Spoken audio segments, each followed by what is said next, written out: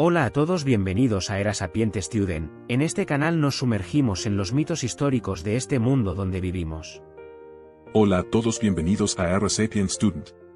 En este canal nos sumergimos en las vidas de líderes, filósofos y otros personajes históricos que moldearon el destino de nuestro planeta.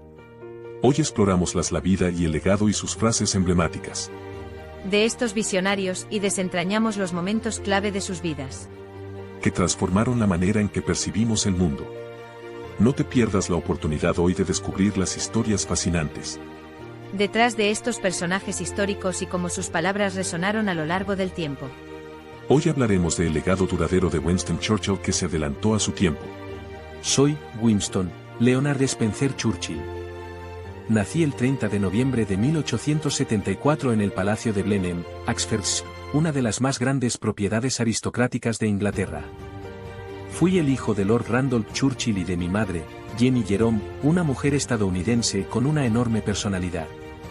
Mi infancia fue marcada por la distancia de mis padres, pero encontré mi pasión en la historia, la guerra y el liderazgo. Mi juventud no fue fácil. A pesar de la riqueza de mi familia, mi relación con mis padres era complicada. Mi madre estaba distante y mi padre, aunque un político importante, apenas se preocupaba por mí. Mi infancia la pasé en Harrow, una escuela para jóvenes aristócratas. No fui un estudiante destacado, de hecho, a menudo me criticaban por mi falta de rendimiento académico. Pero había algo en mí que siempre me llevó a aprender sobre los grandes hombres de la historia, las guerras y las tácticas militares. A los 19 años, ingresé a la Real Academia Militar de Sandhurst, donde encontré mi verdadero lugar. Me convertí en oficial del ejército británico, una carrera que me permitió viajar por el mundo y ver el conflicto en primera persona. Como joven oficial, participé en combates en la India y el Sudán. Pero no solo era un soldado, también era un periodista. Mis artículos y reportajes sobre las campañas militares comenzaron a atraer la atención del público británico. A los 25 años, ya era famoso no solo por mis actos de valentía, sino por mi capacidad de poner en palabras la experiencia de la guerra. En mi juventud actué en varias compañías de vodevil y espectáculos. Comencé mi carrera periodística en la década de 1920, tras publicar varias informaciones de cotilleo relacionadas con las giras de los grupos de espectáculos. En 1924 fui contratado por el New York Evening Graphic, como columnista de la sección de sociedad y cronista de sucesos en la empresa Lucky Strike. 5 años después pasé a formar parte de la plantilla del New York Daily Mirror, propiedad de William Randolph Hearst. En mi columna comencé a distribuirse a otros periódicos de todo el país pertenecientes a King Features. En mayo de 1930 fue contratado por Blue Network, propiedad de NBC, hasta 1943, y posteriormente en el periódico ABC, para narrar noticias de sociedad y espectáculos, dentro de un espacio patrocinado por la empresa The Lucky Strike. Gracias a mi estilo a la hora de contar las historias, y mis exclusivas, logré mi propio espacio en esta cadena, y pasé a ser uno de los reclamos para las ventas de los diarios, de Hearst. Donde mantuve el mismo estilo, introduje noticias de política para ser uno de los primeros que atacó directamente a Adolf Hitler y los partidos ultraderechistas estadounidenses. Con la entrada de Estados Unidos en la Segunda Guerra Mundial, mis columnas pasaron a estar dominadas por ese tema. Yo tuve una evolución política, aunque en la década de 1930 defendió ideas consideradas como izquierdistas, y apoyé al presidente Franklin D. Roosevelt. Al término de la Guerra Mundial pasó a tener una ideología conservadora y antisoviético, llegando a apoyar tesis como el macartismo, en mi columna, y donde transmitía desde programa radio.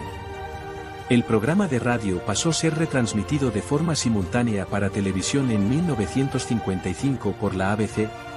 Mis aventuras en Sudáfrica durante la Segunda Guerra de los Boers me convirtió en héroe nacional. Fui capturado por las fuerzas enemigas, pero conseguí escapar, un acto que me catapultó al estrellato, y me preparó para mi entrada en la política. En 1900, fui elegido miembro del Parlamento, y presentándome al Partido Conservador.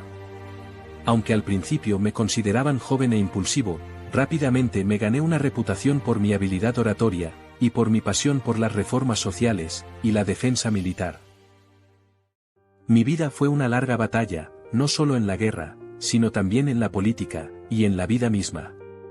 Aprendí que, aunque el mundo puede cambiar, los principios de la libertad, la justicia, y el honor deben permanecer inmutables. No fui un hombre perfecto, cometí errores, pero siempre busqué lo que creí que era correcto para mi nación y para la humanidad. Gracias por escuchar mi historia. Mi vida es parte de la historia del mundo, y espero que mis palabras sigan resonando por generaciones. No obstante, mi carrera política fue una montaña rusa. En 1911, me convertí en primer lord del almirantazgo, liderando la Marina Real Británica, pero tras el desastre de Gallipoli durante la Primera Guerra Mundial, mi reputación sufrió un gran golpe. Fui forzado a renunciar, y quedé apartado del poder por muchos años. Sin embargo, nunca perdí la fe en mí mismo. Sabía que mi oportunidad volvería, y lo hizo en 1940, cuando me convertí en primer ministro, en uno de los momentos más oscuros de nuestra historia, la Segunda Guerra Mundial. El 11 de agosto de 1919, me casé con Rita Grene, una compañera. Nos separamos unos años más tarde, yo me mudé con Elizabeth June McGee, quien ya había adoptado a su hija Gloria, y había dado a luz a mi primera hija, Winchell, y ella, Valde, en 1927. Finalmente se divorció de mi persona en 1928, pero nunca me casó con McGee, aunque vivimos juntos por el resto de nuestras vidas. Yo y McGee tuvimos 3 hijos. Nuestra hija Gloria murió de neumonía a la edad de 9 años, y Valde pasó un tiempo en hospitales psiquiátricos por este motivo. Walter Jr. se suicidó en el garaje familiar la noche de Navidad de 1968. Habiendo pasado los 2 años anteriores recibiendo asistencia social, Walter Jr. había trabajado por última vez como lavaplatos en Santa Ana, California. Durante un tiempo, escribió una columna en Los Angeles Free Press, un periódico clandestino publicado entre 1964 y 1978.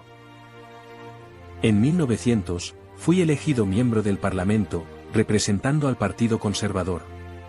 Aunque al principio me consideraban joven e impulsivo, rápidamente me gané una reputación por mi habilidad oratoria, y por mi pasión por las reformas sociales, y la defensa militar. Cuando asumí el liderazgo de Gran Bretaña, el mundo estaba al borde del abismo. Hitler había conquistado gran parte de Europa, y nuestra isla se encontraba sola en la lucha contra el nazismo. Mi padre quería que me preparara para la carrera militar, por lo que mis últimos 3 años en Harrow solo fui un soldado.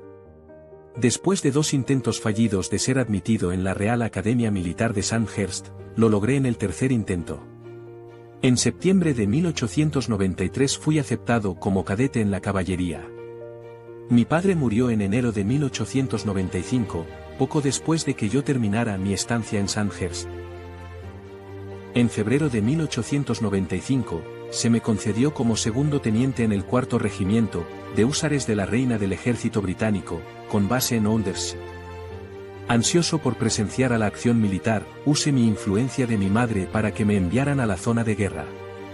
En el otoño de 1895, yo y mi amigo Reggie Barnes, entonces subalterno, fuimos a Cuba para observar la Guerra de Independencia, y nos vimos envueltos en escaramuzas. Después de unirnos a las tropas españolas que intentaban reprimir a los combatientes independentistas del bando cubano. Después me dirigí a la ciudad de Nueva York y, admirado por Estados Unidos, le escribí a mi madre sobre qué gente tan extraordinaria son los estadounidenses. Con los húsares, fui a Bombay en octubre de 1896. A una base de Bangalore, estuvo en la India durante 19 meses, visitó Calcuta 3 veces, y me uní a la expedición a Hyderabad, en la frontera noroeste. En mi vida, he pronunciado algunas palabras que aún resuenan. Aquí están algunas de mis frases más famosas que han inspirado a generaciones.